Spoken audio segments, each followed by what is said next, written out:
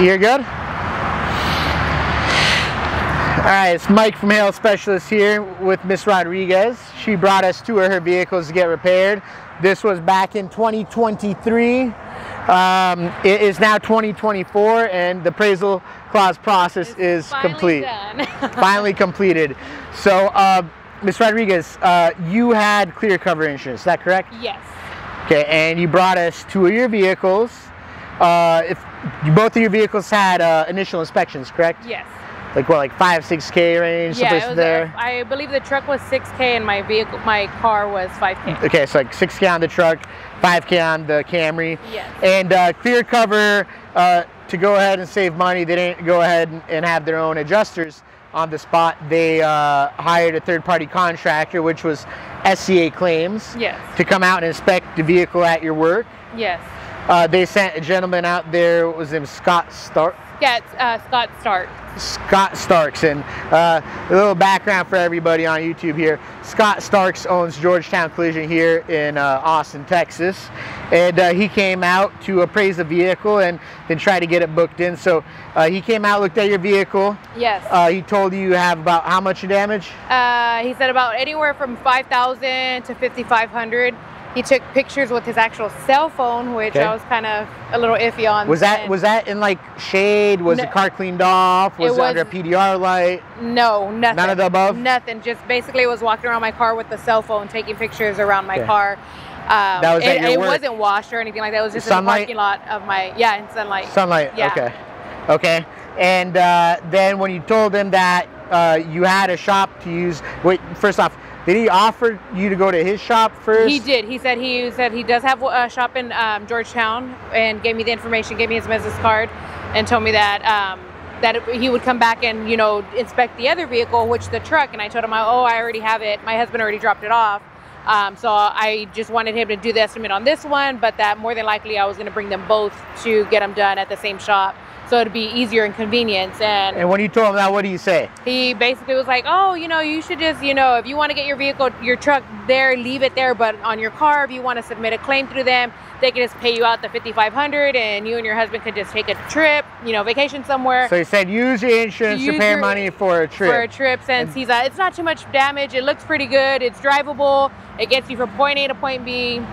You'll be fine. Go on vacation, enjoy your vacation, and wait till like the next. Use that $5,500 check for vacation. That's exactly what the insurance company wants.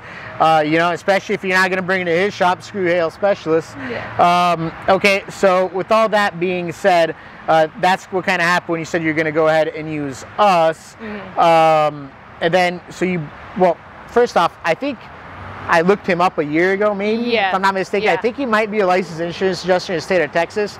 I think that's probably actually why he got that assignment through SCA. But, to know that, I mean, even after all that, my insurance, he contacted my insurance. And then after that, that's kind of when the attitude changed with the claim specialist that I was dealing with there. She was like, no, you want to use this one. You want to go there. You want to. Oh, so they try to tell you to go to Scott Stark shop in Georgetown. We're not forcing you to go there, but I mean, he's a great guy. We've done a lot of work through him. You should take your vehicle there. And oh wow, I wasn't even aware of that. So they even try to steer you to Stark shop.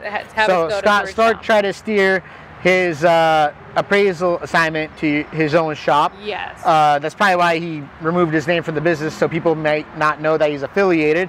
I guess it's a great way to get business in. He told you you should use the $5,500 or however much it was to go on a trip. And then what did he tell you to file a claim next time? Yeah, whenever the next hail damage and it was worse, then go ahead and file another one, and then you can just basically get it all done at that time. So since there wasn't that much damage, which I was like, it was a lot of damage. According to the appraisal by Robert McDormand, West Coast Appraisers, and Collision Safety Consultants, looks to be a $14,000 estimate on that Camry. Yeah. Not, it's a lot more. But so he told you, take the money, go on a trip, file a claim next hailstorm, and get it repaired all so together. SCA's own appraisal instructed Miss Rodriguez to go ahead and commit insurance fraud by the guy that owns a body shop in Georgetown. But Hail Specialists here, we're under investigation for committing fraud. We don't tell customers to do that. Okay. All right. So you dropped off the vehicles. Insurance companies had delays coming to inspect. right? Maybe 2 to 4 weeks, maybe even longer for them to come inspect initially. Appraisers came, nodded their heads at everything, agreements and everything, and then magically it took what, like 4, 5, 6 weeks to even send over an approval. Which, did they even send it over an approval? No, they didn't. I don't know if they sent one or if it was lower or whatever, but definitely a violation of Texas Department of Insurance law and code, all by Clear Cover and SCA Appraisals and Scott Storks. Okay, months went by, we finally agreed with you, like, should invoke the appraisal clause. You know, vehicle's already been repaired. We'll get you your vehicle back. Once the appraisal clause gets settled, we'll eventually get paid. We're just kind of tired of you having to suffer without a car, right? Did we put you in a rental car? Yeah, I was going to say, not even my insurance would help me with any of that. If it wasn't for your rental, I would have been freaking screwed for over 7 months that I didn't have the vehicle. Yeah, and then we ended up getting both of your vehicles back to you, right? Yes. Okay.